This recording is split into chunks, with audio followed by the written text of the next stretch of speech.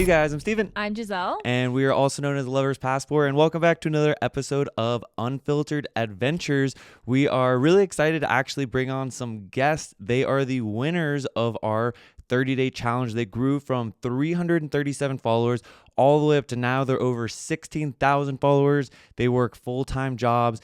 They call themselves Dinkwads, which if you don't know means dual income, no kids with the dog. So with that, welcome Infrequent Flyers. We're so stoked to have you guys on. Thank you so much for having us.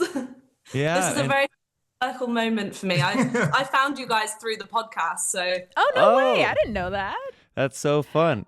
The podcast we always say is like our little baby. Like it's very fun for us because it's our smallest platform. So it's just for like. It's for fun. Yeah, it's just for fun. It's really, we love having conversations. Like I just got back from a coffee morning with my boys. So we sit down, we love just chatting through everything, especially when we get to talk about content creation, travel, with other very fun married couples. So we're really excited to chat through some stuff with you guys. And this is cool because you guys are our first students that we've ever had on the podcast. So very exciting. No pressure. Yeah, no pressure or anything. Make us look good. No, just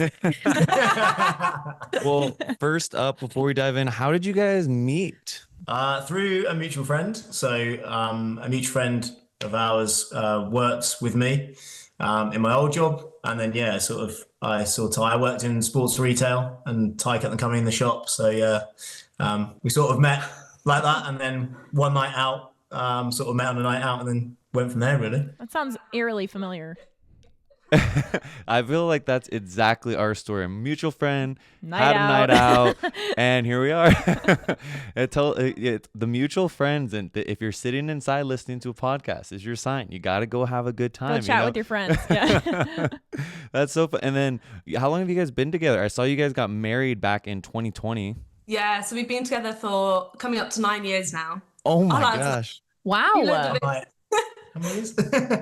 That's amazing. Wow, that's incredible. And then you guys got married during 2020. What was that like? I saw one of your most recent, or maybe not most recent videos, but kind of talking about your story of how like you had an intimate wedding and then went and did like this massive honeymoon. So what kind of led to that? We went the traditional route. We thought did about like the big wedding. eloping baller honeymoon. We still had a baller honeymoon. Yeah, but we were very close to doing exactly what you guys did. So what kind of led to that? So yeah, it was sort of like in my parents' garden.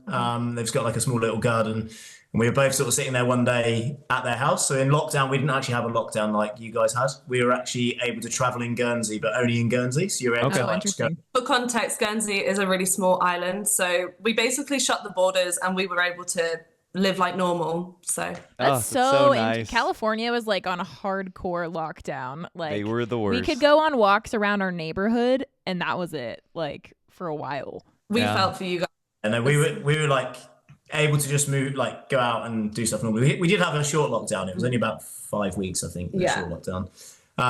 But yeah, so then we just decided one day we're at my parents' house having a barbecue with my family. And then Ty was like, it'd be cool to get married here. And we were obviously engaged at the time. So yeah, we were just like, okay, let's do it. And then it was a surprise as well. So we didn't tell any of them. I've got two brothers, didn't tell my brothers and their families. And then I also didn't tell Ty's side. So Ty's mum knew, but her dad and brother didn't know either. So yeah, we just told them we were going out for lunch. I told them wow.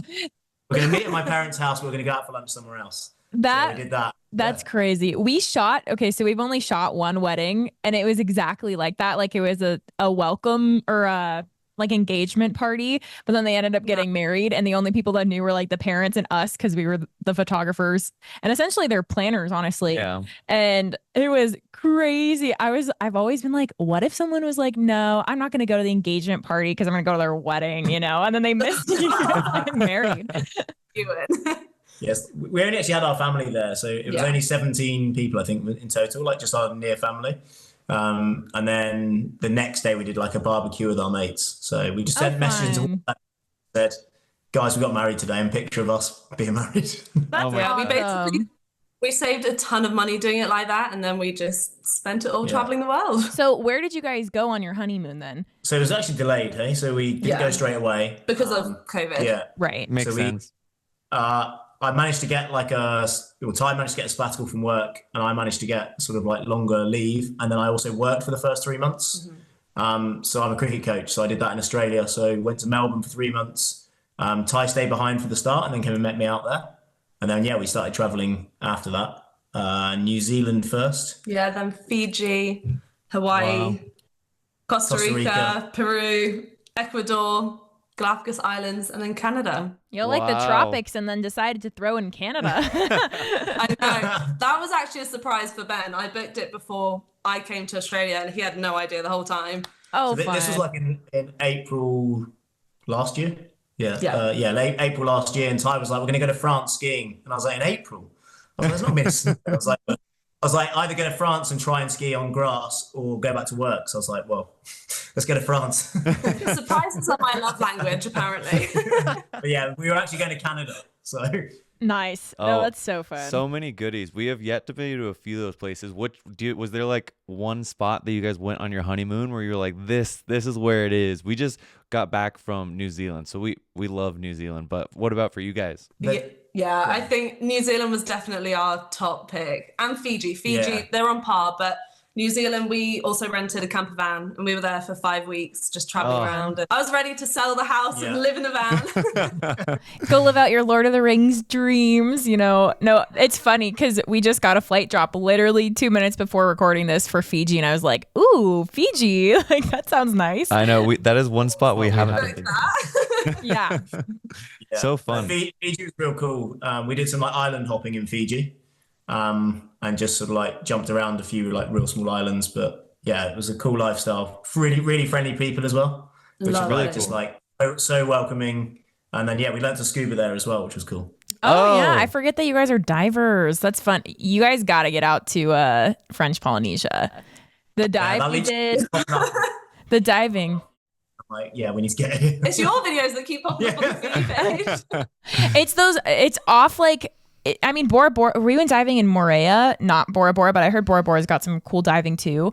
But in Rangiroa, which is one of the smaller islands, the dolphins out there, like that's why we particularly chose that island, because we wanted to do those dives into Puta Pass. Like the friendliest dolphins you will ever swim with, like that are obviously wild dolphins. But it was just crazy. They were like, they came up to you like dogs, like wanting pets. Like, it was insane.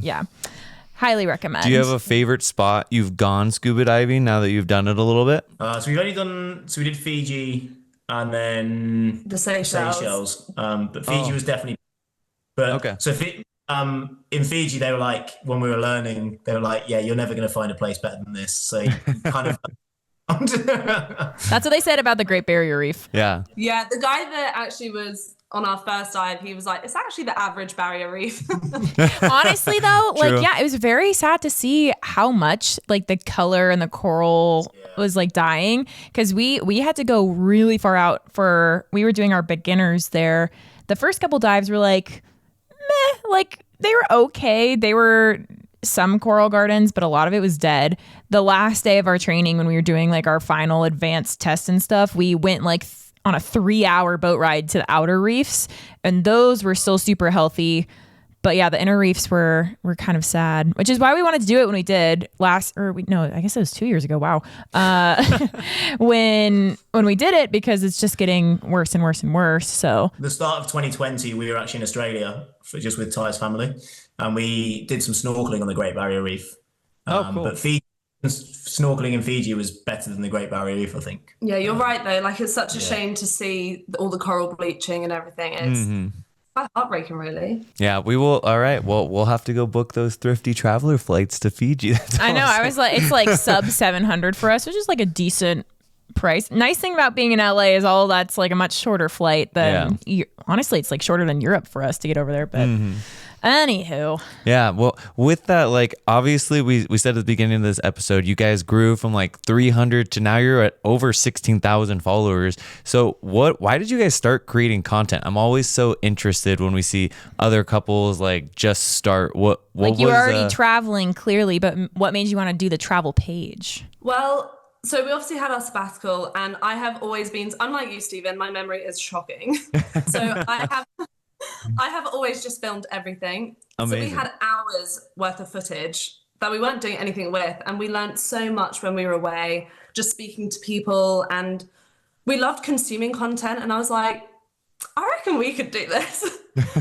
And honestly, it was when you guys released the Creator Passport, I was like, okay, we have an opportunity here to like learn from the best. Let's just bite the bullet and do it.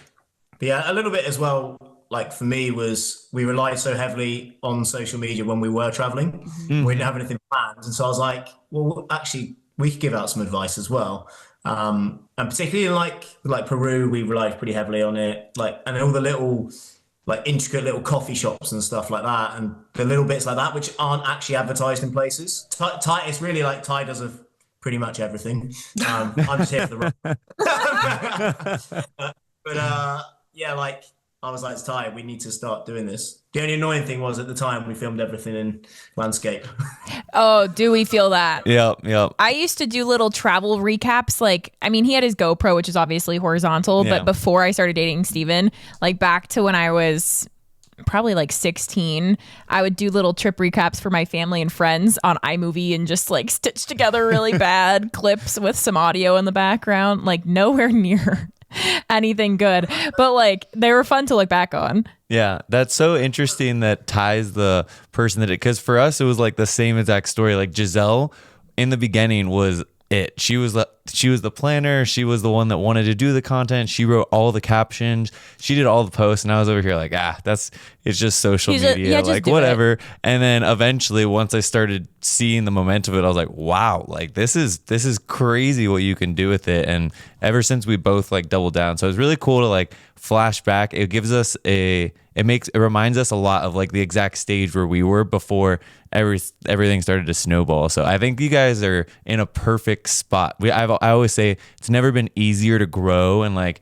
make this a thing than it has been now. There's so many people on social medias where your life can like completely change. And like the tips that you guys give, it changes. So as soon as you have that first person recognize you and like, oh my gosh, I planned my entire trip off of like your recommendations, you're like, whoa, it's like a full circle moment. Yeah. That puts my mind at ease a bit that you started like me, Stephen.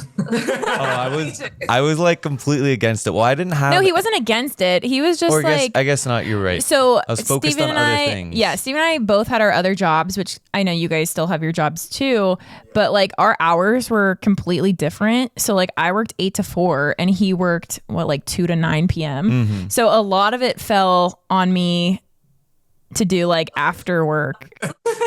Yeah. So that's why we're laughing. Tiger starts one week at 5 in the morning and one at 7 in the morning, like week on, week off. Uh-huh. And then my coaching starts at like really 4:30. So we don't even see each other. Like sometimes I'll be getting back and she'll be like, I've cooked dinner. Your dinner's on the hob. I'm in bed. Yeah. No, literally we would only see each other on our lunch breaks. And we just happened to work across the street from each other by some weird serendipitous event.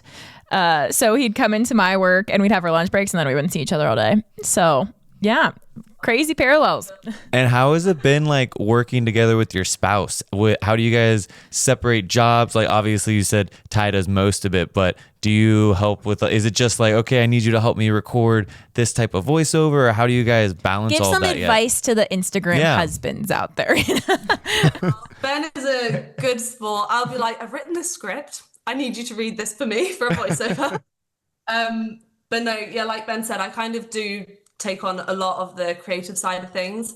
I am just a very creative person on the whole, but I know Ben is way more business savvy. So we haven't even thought about monetizing this yet. But when we do, I know he'll come in clutch there and start like the negotiating and things. I'm too soft. Yeah. But so I would just settle for the easiest deal if they've just offered us something to last. No. That's not what we've learned. Very cool. I'm happy that you guys said that, like, you're focusing on not the monetization, because I think what some people and we try and stray away from it most of the time. Like, here's what you can make. This is what you can do. Because like obviously it's a lucrative business, but I think that a lot of people try and just skip straight to that, and they don't enjoy the process of like, okay, I'm going to get better at my storytelling. I'm going to get better at creating these amazing videos and providing value. And then down the line, once you do that, like the numbers follow. It's not, I feel like the people that go straight to the numbers and are like, I need this and I need to make this and how fast can I quit my job, that it almost adds another layer of stress, where when you work full time and you're doing it and you're just enjoying it and it's growing, it's like a very different process. So very excited to hear you guys say that. Yeah, I think also like we both really enjoy our jobs anyway, so there's not that pressure. We need to get out, like we need to make this work. We're just like having a really nice time fostering a community over on Instagram and sort of seeing it grow. And I mean, it's growing quicker than we thought it was going to, but which is good.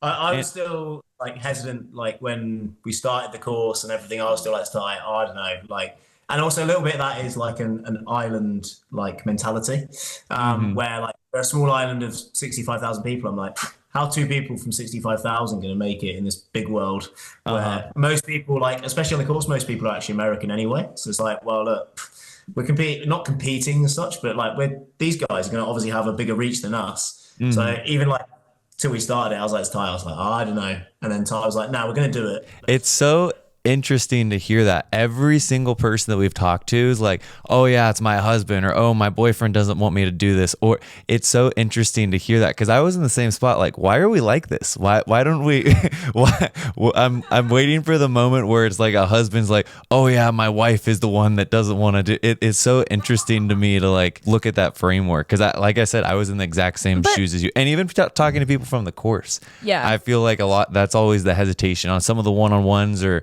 right when we open it up, people were like, oh, my husband was like, doesn't really believe. I'm just like, they just don't believe in it yet. It's a valid concern, especially a lot of people that we talk to. It is generically harder to do what we do when you're not in the US, because US companies primarily have a bigger budget and things like that.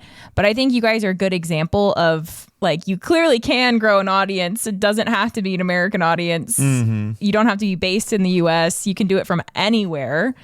So that's pretty, I mean, you guys are going to end up getting a following that's like bigger than your whole island's population, which is wild. That's the goal. Yeah, I'm fully convinced that will happen in the like next 2 months. And how have you guys balanced doing it with your full-time jobs? Like, I definitely remember that period of time when we were working our full-time jobs and trying to do this all. How have you guys balanced or batched your days, or what are some tips that you guys have for other people that are working full-time jobs and are looking to do exactly what you're doing? I'm quite fortunate because I'm a postie full-time, so I start early, but I also finish early. So I finish around lunchtime every day. So I've got my afternoons to work on this. In terms of like workflow and batching, do what I say, not what I do. I need to implement some better structure. But yeah, no, I do have the extra time when Ben's at work. It's just kind of, it's hard to get him in the same place as me to record videos. With that, like, we'll sort of just like block a time out during the day, and I'll say, look, I can give you an hour. It doesn't sound right, but basically 1 hour. You can. Yeah. You have 1 hour. You have 1 hour. And this clock's on. So yeah, I can be like, look, 2 till 3, I've got a gap. Can we do something near my work? Like, come to my, and like, because we live on a small island, it's only 10 minutes in the car for Ty. I'm like, can you come near me? Because if I'm driving 10 minutes towards you, well, I'm wasting 10 minutes to go the other way. So I was like, just come meet me and we'll go somewhere. So yeah, we kind of just do it that way. And then like, that's only for like voiceovers and stuff like that. And actually, if we're recording, we did our little series with the travel tips. So yeah, with that, we did that recorded. So that way we just said, right, these days we're going to go out and record something, and sort of like planned it like that. It's cool because I feel like just in that sentence alone, you're clearly showing how you guys are making it such a priority, and you're not letting any excuses get in the way. Whether or not you guys only see each other 1 hour a day, you're still putting in the work to go and record. And I think that's where a lot of people get hung up, is they're like, oh, I can't do it, I don't have time. But you guys have a very minimal amount of time together and you're still making it work. So kudos to you guys. It's also like, for us, like we have some fun doing it as well. It's not like it's a chore. Like, we're genuinely like crying at some videos, and then we're then that's like something that we're laughing about for the next 3 or 4 days, and then we record the next one, and we're like, oh, we're laughing about something else now. The bloopers were crazy. I need to see some blooper reels come out. Oh man, I feel like you guys do such a great job with that type of content though. Like some of the reels, when we always go through our students' pages and like, okay, who's doing really well? Why are they doing well? Do like little, and I think we put you guys in our newsletter a few weeks ago, and we were like, here's like a few reasons why we think they are absolutely killing the game. So it's really funny to go back and see some of the entertaining reels you guys do and how animated and fun. They're great. If you haven't checked out their page, you need to go watch the Infrequent Flyers. It's hilarious. Yeah, a little bit of it is like for us is that's the kind of people we are. Like we've always said, like if we're doing something, we want to be like true to what we are, and like we're very laughy and jokey, and that's my way of dealing with things is like by making a joke. And then Ty's pretty similar, so we're like, yeah, we want to be like true and reflect the personalities that we actually are, rather than trying to do something which is just for social media. So yeah, if you see us in the street in Guernsey, we're pretty much doing that anyway. I mean, I think that's why you guys are growing so quickly too, because you are focusing on your authentic personalities instead of just like putting out a ton of trending content, which I think a lot of people mistake in the beginning. They're just like, oh, I'm going to throw out all the trends. But you guys are offering a lot of value. You guys are showing off your uniqueness.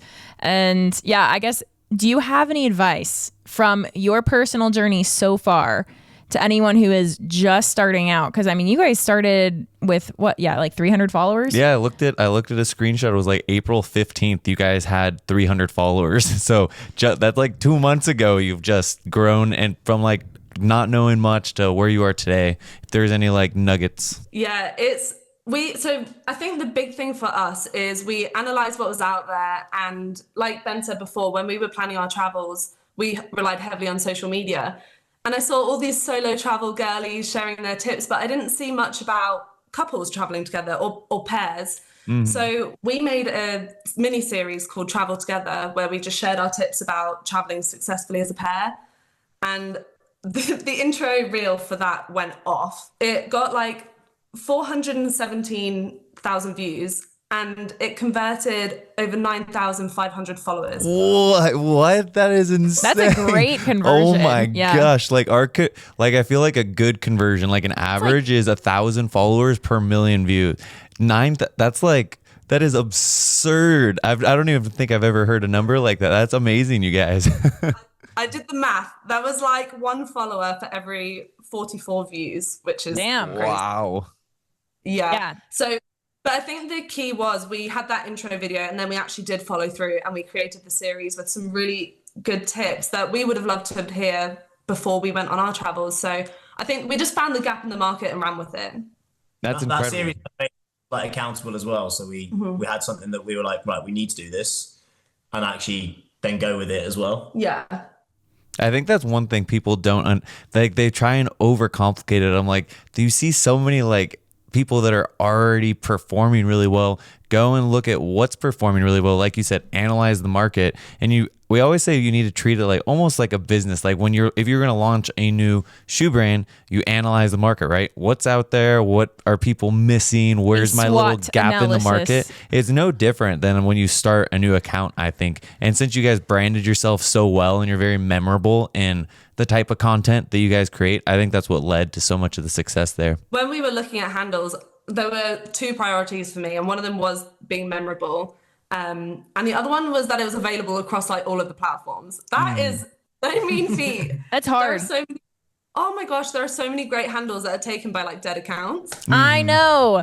I think we were trying to do like the adventure passport or something first, and that was taken on something. And I was like, no. But yeah, we didn't want to have to add a dot or a sort of underscore or something. We wanted to keep it nice and simple and memorable. Is the frequent flyers available? I don't even know. No. We're always gonna have to be infrequent. Always. You'll just road trip. Yeah. Trains and planes instead, or not planes, trains and what else? You guys have to find like unique ways to travel across. Go walk across Guernsey.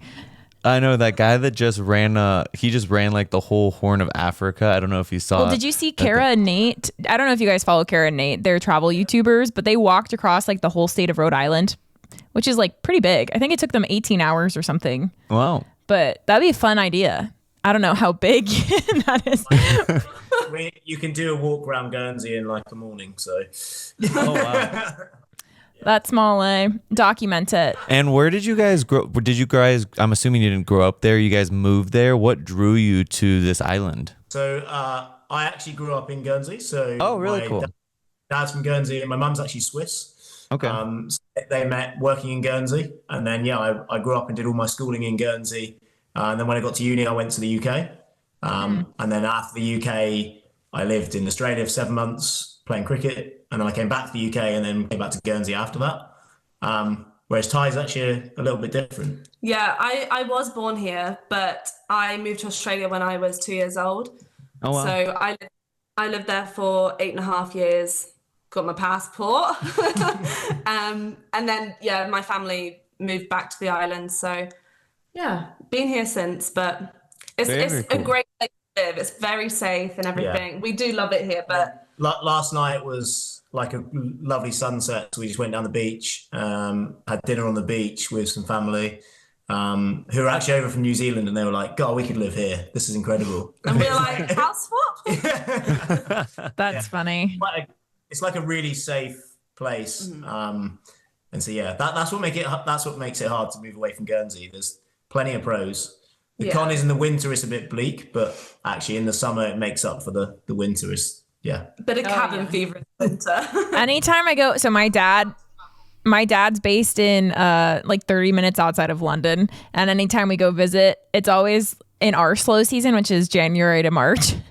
And we're always like, why did we visit during this time? It's raining every day. It's so sad and depressing outside. Like, we literally just stayed in the whole time. We maybe pop into London like once a trip. But yeah, we're always like, we should really plan this better. So we're actually going back in August, which should be fun. London meetup. Get a flight then from Gatwick to Guernsey in August. Come hang. We'll do the reverse. We missed the LA meetup. Maybe we're going to. I know. That was so fun. I can't wait to do a European one. Hopefully next year. Yeah, we're starting to plan it. It's so interesting. Like you talked about community, and you love that about Instagram, and that's one of the things that you're focused on. How can new people that, let's say they just start account on Instagram, how do you find that community? Or like, what's a few things that you guys have done to help foster that? So we're really fortunate because we are part of the Creator Passport. You guys actually put us into accountability groups, and our group 9, like, we just love them all. They're all so supportive.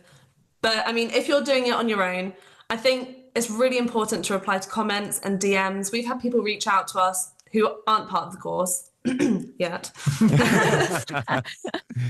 And we just really clicked with them. They've sort of seen our content and they resonated with what we do. And likewise, like, the content's amazing. And you just find your people. There are so many people on the app, so many people in the world. You will naturally find the people who you're aligned with. I think that's the main thing that Ty said there, is actually engaging with people. So, yeah, I didn't really know before we actually did the course that posting and ghosting was anything. And then you guys were like, of course. And then Ty's like, we're not posting and ghosting. I was like, what? With a what? It's like, it's a fun phrase. Yeah, it's so interesting. We always talk, it's like kind of like online dating, but there's so many people that we've talked to online for years at this point and commented and DM'd and responded to their story. And I'm like, I know what's going on in their life more than some of my own family members' life, just because I keep up with them so much. It's such an interesting and yet we dynamic. Haven't met them in person. It's like we're going to Norway in, oh my gosh, like a week and a half. Wow. And we're going with some people that we've had on our podcast. We've met them online, like followed them for years, but we've never met them. Yeah. And we've been following them for like 4 years. Or even at the Creator Passport meetup, like, it was so adorable. Everyone, when they met each other, they were like, they would say the handle, and they were like, wait, are you the getaway couple? And they're like, are you? And they were going back and forth, and they were like, I don't technically know her name, but I know your handle. I feel like I feel like that's a common thing. Like, nobody actually knows each other's names. Like, we're not Giselle and Steven. We are lovers. Like, everyone calls us lovers or lovers passport. But yeah, I think it's funny. Yeah, the community is so cool, though. Very, very fun. Have you guys met anyone that is inside your community that does creator or content creation on your island, or have you met anyone, other creators out in real life yet? No, not yet. So I had a bit of a surreal moment on the beach last night, actually, with that. Yeah, I was walking past somebody on the beach and they were like, oh, there's a couple over here that do travel content. And then I just heard her go, I think that was one of them. And I was like, You got your first recognition. That's crazy. But That's no, amazing. we haven't met anyone yet. No. But we are speaking to Group 9, and I think Andrea and Josh are going to the UK in the summer. And I'm like, right, we need to look at some plane tickets. Love it. I mean that on all the, I don't know if I've sent you guys your action plan yet, but on every single TCP member's action plan by the 90-day period, I'm like, have a trip planned with your accountability group. So if you guys have that, you're already ahead of it. I think meeting with other creators as well, like you have something in common where like our friends from home, they probably don't, not that they don't care, they support us, but they don't know much about social media and they probably don't want to be bored with us chatting about it. Whereas So cringe. Yeah. That's literally it as well. In a small community in Guernsey, it's very much like, oh, we don't want to embarrass yourself because everyone sort of knows everyone. And it was very much like, that was the start. And then now it's like, so be it. Now you're past the fear of judgment. Yeah. One of my friends just gives me stick and I'm like, oh yeah, mate, actually, we've done this and we've done that. And he's like, you done what? And I'm like, yeah, it's because of this course. And I'm like, so pipe down. They'll turn, well, okay, that's something really interesting too, because I think a lot of people are afraid to start because of that fear of judgment. Like when we first started, the amount of crap we got from like our friends and family, mostly our friends. Our family was pretty supportive, but a lot of the people like making fun of you for like wanting to be an influencer. It's like, well, one, we didn't want to be an influencer. Like we just happened to grow a following. And then we realized we can make bank from doing it. So like, why not? You know, I don't know. It's like, if you had the opportunity to get paid to travel, would you not take it? Yeah, very true. I feel like quite interested in like the age demographic because so through cricket and work, I coach and play. So one of my friends is like my age, which is 36, so quite low. And so he was like, oh yeah, mate, you're going to try and make it as a content creator.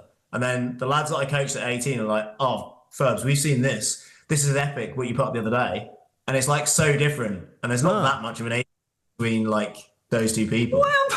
You know what? Gen Z is super like, yes, get that bag. Like, you know, I feel like Gen Z gets it, but millennials or elder millennials, I guess, are still kind of like, that's a job. I mean, all of our friends are like that. We always say like we don't really talk about content creation or we try not to. Sometimes it slips out. Yeah, but we try and not talk about any of that with our friends because it's just such a different life or such different conversations that we can have compared to when we go out to dinner with another creator or something. We're talking about like travel and like what's next and oh, has this happened to you? Like it's just very different conversations. But like you said, the age difference like really is only a few years, if not. I feel like it's really what people 18. use it for. Because I always say Instagram is like such a tool. You can use it for researching. You can use it for launching businesses. You can use it for finding other people and creating community. Like it can be whatever you want it to be. It's just like a tool that you can use. Absolutely. I think also though, like the fear of judgment, we're big ages now. Like I'm 28. I think when you're younger, you care more about what people think. But now I'm like, I feel like my frontal lobe is fully developed. I know who I am. Like I don't need judgment from anyone. I don't care. I'm just having a good time. And I think it's like when you're trying to build a community, people judge you for it. But then once you're there, they're all like, oh, amazing. Yeah, exactly. I want to be part of it almost like. Yeah. So if like we could give advice to anyone, it's just like push through it because what you're doing isn't cringe. Just embrace it. We're only here once. Like have fun. There is no need to be stressed about it, and just don't worry about the haters. Yeah. There's a great book that I'm currently finishing called The Courage to Be Disliked, because that is something that held me back in the beginning. Like still TBH, but like, well, that's why I can't read the comments after a certain amount of period. 2 days ago. Yeah, we posted literally. something a little cheeky on the lovers or the creator No, passport. Steven posted something cheeky about our income, and I was like, "Why'd you post that? We're gonna get trolls." And then we have let the few alone comments. we had a few comments. And immediately after, she's like, "Why did I do this? I can't look at the comments." I'm like, "You did you miss the other 150 comments? People saying like, this is the best. Thank you for being so inspiring." There's like It's just one the person that will leave a terrible comment, and there's like 300 amazing comments, and I'm like, I'm the worst person in the world for posting this content. See, we haven't reached that point yet. Please don't send us hate. But I think I would be the same. I'd be like, hey. When you get your first hate comment, you've made it, you know? Try not to let the It's usually when they're jealous that they're giving you hate. Yeah. I mean, and sometimes like you're asking for controversy with certain types of content that you post, like that one. I told Steven, I was like, someone's going to comment on this. And he's like, I'm expecting it. I want it. I'm like, I don't want it. Good for engagement. It's good for engagement. I know. I like, and I feel like I've gotten a lot better than in the beginning. In the beginning, I'd want to, fight everyone back. But now my advice to most people when you're dealing with this kind of thing is just block and delete and move on, as long as they don't try and harass you past that. But yeah, people are ruthless. Yeah. Especially the old white men on YouTube. Oh man, those guys they're pretty intense. Well, I do want to talk to you guys a little bit about your travel. Like, you guys call yourself bougie backpackers. Like, please explain. What does this mean? Well, so we love to backpack, so stay in hostels and things like that. But before we went traveling, Ben was like, I am a grown man. I'm not staying in a dorm with a load of 18-year-olds. No offense to the 18-year-olds. Who are now our followers. But I said, well, that's fine. Like, let's still stay in a hostel, but do private rooms. So we have that bit of privacy, but then we've also got the community aspect. And we just found like this really comfortable mid-budget way of traveling where it was comfortable, but it was not luxury. It's affordable. Yeah. Yeah. And that was kind of, for me, basically, I said to Ty, I was like, look, I don't want to go into a hostel and there's loads of 18-year-olds going out, coming back in at 3 a.m. And I said, look, I enjoy a night out more than anyone, but actually, I don't want someone doing that every night in my room. Go back to your own space. Yeah, and a little bit as well. Like, we had a load of like camera gear and stuff with us. So I was like to Ty, do you really want to leave that in a communal dorm? I was like, I don't. So yeah, the last time, I'm trying to think. I feel like there's like a 25 and under, and then as soon as you get past that 25-year-old stage, I feel like you look at it a little. You're like, I can afford to be a little bit more comfortable, so I'm gonna do that. But except in certain places, like the last time we did a hostel was Venice, Italy, and we only chose it because the hotels were like absurdly expensive.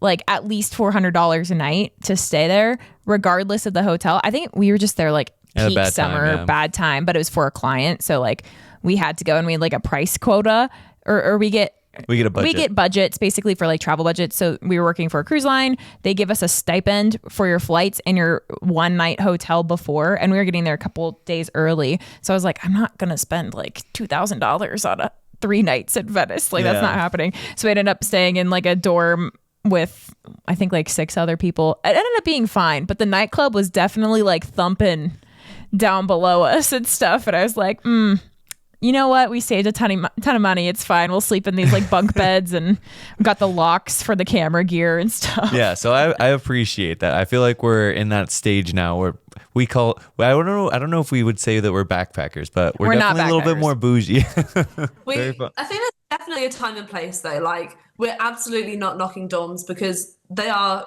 great and they're great ways to meet people as well. And they're cheap. Like if you're 18, you want cheap. That's what I did when I was 18. I dorms everywhere in Europe. We often found though, even in a dorm, if we're paying for 2 beds, it's kind of like a very similar price to a private room. So we were like, we might as well spend the extra couple of dollars or whatever it was to just have the private room. Totally. Yeah. Even honestly now too, I don't think Airbnb was as much of a thing when I was a teenager, if it was a thing at all. But sometimes honestly, the prices are pretty comparable depending on how many people you're like traveling with. So sometimes it's honestly nicer to just upgrade to like a room in an Airbnb. Mm-hmm. But it just really depends on your location for that, I feel like. Like a little bit of, we used to travel with suitcases and then Ty's like, we need a backpack. And then now I'm like, why do I ever travel with a suitcase? I was like, this thing is... I was like, you got to lug it around everywhere. And I was like, this other, like the backpack, just chuck it in my back. What's the backpack? What's the model? We got different ones now. So we do. We traveled around with a Mountain Warehouse backpack. Okay. And mine broke on my first flight. Oh no! And I still got it. I just tried to repair it. They were all right though. Yeah, they were fine. We managed to get around. I think for Europe, you guys definitely have the right idea with all the cobblestone streets and all of the stairs. Like, it's a nightmare bringing roller bags over there. Sometimes we have to because we're on like back-to-back legs and we had it for like some other things. But I definitely think the next time we do like European summer or anything like that, we're going to invest in like nice backpacks. Yeah. Everyone raves about the Ospreys, but That's what Ty's just got. So I'll let you know how it is. yeah, give me a full review. I'll be looking for. I feel like you guys do great reviews on your page, so I will be looking for it. yeah, I'm about to buy one, I think, but yeah, I'm worried about size. I'm a massive overpacker. Oh my! The travel mentors will need to teach him a thing or two. On They have some good packing guides. So fun. All right. Well, what inspired you guys to like start traveling? We got asked this a little bit ago, and someone was like, "Why do you travel? Like, why don't you just stay in the same spot?" You guys said where you live is like absolutely incredible. So what to you guys is like the reason why you started traveling Island around? fever, perhaps. Yeah. So yeah, I think it's a little bit of that cabin fever, and also like we've always enjoyed going on holiday. Obviously, before we actually did the sabbatical and actually travelled, and seeing different cultures and countries. And with that, like as soon as the opportunity came up for we call it a honeymoon. It wasn't really a honeymoon. It was a holiday, a long holiday. So yeah, our travel stint was like, it made us want to do it more. And I think a lot of people probably wouldn't do that. Like they go on holiday, they're like, yeah, that's sort of what I do. I think the more you travel, the more you want to travel. Yep.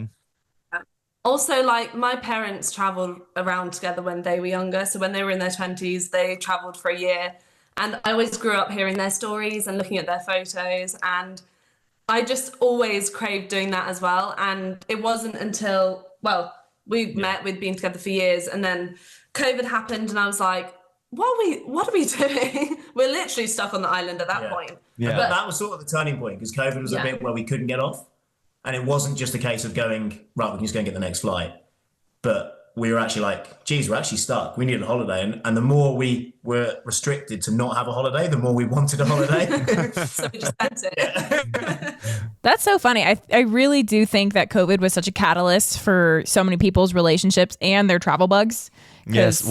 Last week on the podcast, Sammy said that COVID was like a microwaved relationships. So it like just sped everything up and I think it kind of did the same thing to travel and content creation. Maybe honestly. people that would have started traveling in 10 years, it just made it such a big piece where they're like, I need to go and start experiencing the world. So it was like a great reset for a lot of people. Yeah. I think a lot of people just started to realize too, like you don't have to travel very far. Yeah. There's a lot of good stuff near anyone in the world, really, if you have the intention of going out and finding it and making it a priority. For that reason, because we're like, we can do Europe the older we get because it's close. Whereas at the moment, we're like, let's aim big and far away because actually when we're old and, well, I'm really old, but you. But before we're like too old to actually want to do long haul flights, we can go to Europe. Will that ever happen? I don't know. I laugh at that too. I'm like, we're, crammed in the economy seats and we're like, this is fine. Everything's fine. And then it's like each year, like, oh, I could use like a little recline. We did premium economy once and that was like game changing. Yeah. Bougie. Yeah. But it was just cheap to get that flight back. So that's why we did it. And that's why we use points and miles, because those free upgrades, man, oh man, they make such a difference. Yep. I just got the notification we'll be upgraded to first class on our flight out to Iceland. And I was like, yeah, like this is amazing. So I am so jealous because we can't get travel credit cards on the island. What? Wait. I know it's a thing outside of the I know Canadians have it somewhat. I know Europeans it's very different, but that's crazy. Wow. Ugh. We kind of vote because I think we could have got one about 5 years ago, but at that point I was like, I don't need a credit card. Like It was like more hassle than it was worth because we were like, oh, we'll just forget. I also just wasn't educated on credit cards, I don't think. And then now I'm like, points and miles, let's apply. And I was like, no. We're At now least you can registering our address in your house. I'm gonna say at least you can do like loyalty programs and stuff, like signing up for airline programs and stuff. At least you still get something. Like that's how we get all of our like we fly Delta a lot, so like all of our Delta upgrades just because we fly them a lot and spend money on them a lot. Yeah. Gee, we're infrequent flyers. Don't forget that. But not for long. Not for long. Not for long, you know. It's coming. Yeah, just wait till the first tourism board shoot you an email and you're flying halfway across the world. You're like, this is incredible. So I have what are your three, I know you talked about your countries that you visited on your honeymoon. What are your three favorite countries you've ever visited? And then on top of that, what are three countries that are at the top of your bucket list? Oof. Do you want to go first? Yeah, so three favorite. We've already mentioned New Zealand and Fiji. They'd definitely be the two. Okay. And then I've got a bit of a soft spot for Australia. Okay. Not any particular, but I've been 3 times to Australia. So yeah, Australia is definitely probably in that top 3. Where in Australia? Because I feel like people who haven't been to Australia don't realize how big Australia is. So we only did like 10 days in Perth, but I really like Perth, like beachy. I also really like so I've done Sydney, Perth, and Melbourne.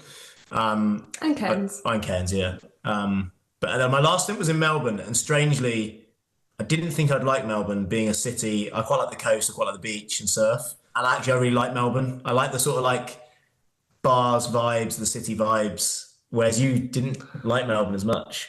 And so, yeah, I don't know. I'm really torn as to which area I actually like the best, because I kind of feel like anywhere I go, I can enjoy it. Yeah, I'm pretty outgoing, so I'll just mix with people straight away, and sort of get stuck into like their cultures. And so yeah, I can. Yeah, I don't know. I kind of could fit in anywhere, I think. Yeah, I felt like California. Oh, sorry, go on. Oh, I was gonna say Melbourne felt like California. Like did it feel like more like San Francisco or Santa Monica? I'd say Santa Monica. Yeah, it felt like bougie LA, Santa Monica. At least where we went like in the more like cute coffee shops, shopping, hipster neighborhoods, and it felt very reminiscent. So I lived in Brunswick, which is just like that. Yeah, like real kind of hip and trendy. For me, Melbourne was like a grower, not a shower. The longer I was there, the more I liked it. But I'm a beach girly. I'm an island girl, so yeah. Yeah, but there's not really been anywhere that we haven't liked, to be fair. The only one that we weren't such big fans of was Hawaii. Well, Oahu. Really? Interesting. Oh, Oahu is definitely more of the city like feels out of all the islands, but it does have the most like diversity in terms of restaurants and it's definitely like, a big things city to do. I think you guys would probably like Hawaii if you're going to do it again. If we go back, it would definitely be there. I think we were like in Waikiki, so it was like super tourist central. Yeah. Yep. Yeah, so like the North Shore was gorgeous, but that sounds hypocritical as well. Like, we're in the tourism area. We're tourists. Like, but yeah, it was a bit like that. It just didn't it was just a bit. Don't know. It just felt like it was a bit run down in a way. We were fresh off the beaches in Fiji, straight to Hawaii. So we were like, okay, yeah. I feel it's like hard to compare when you're going back to back. Yeah, Fiji is definitely. I feel like that is definitely like the more premium version of Hawaii. I think. Well, and then when we did French Polynesia, we were like, wow, this puts Hawaii like so much lower on the list because the water in French Polynesia is so blue and nice. Not that Hawaii is not nice. We're going back there next month too. But yeah, it just really depends.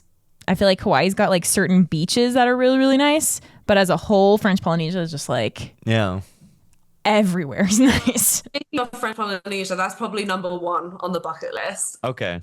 Like absolute goals. Yeah. We would love to swim with whales and I just keep sending Ty like videos every day. Like your videos. We need to go here. We need to go here. She's like, yeah, you sent me that one yesterday. Like, okay. Yeah, it's a beautiful. I like the sound of Samoa as well. I've seen like a girl we met in Fiji. And she's doing like an incredible amount of countries. Hey, how many is she up to now? Like over 100. Yeah. Yeah. So she's just traveling around and she works while she travels. But yeah, she went to Samoa after Fiji and she was literally raving about Samoa, and some of the pictures and stuff she put up and videos were incredible. So yes, Samoa's on the sort of hit list. Yeah. And then Antarctica. How can you not say Antarctica? That's I was like, if there's anything on my kids bucket list, it is Antarctica. I need to do that before thinking of that era of life, because that is so, and that I'm really hoping we get to do that next year. Fingers crossed. But I'm trying to pitch my way through it instead of paying. So. if you're in charge of an Antarctica voyage and you happen to be listening to this podcast, you got two travel couples willing to go. No hard feelings. But yeah, those are all good spots. Yeah. That's Ty's aim for her 30th is to go to Antarctica. So that's Nice. a solid aim. Yep. You got 2 years to plan it. Yeah. Steven, what about you? Actually, I don't know what's on your top right now. Top bucket list? Like top 3. Top 3. I really want to go to Madeira. Portugal. Yeah, Okay. Madeira, Portugal, the Azores also really want to go there. And then probably Patagonia. Okay.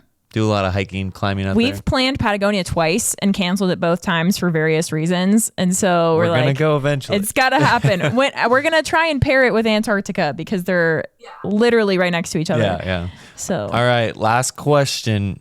This is my favorite question. What is the most exciting thing you guys have ever done? me, well, mine's probably.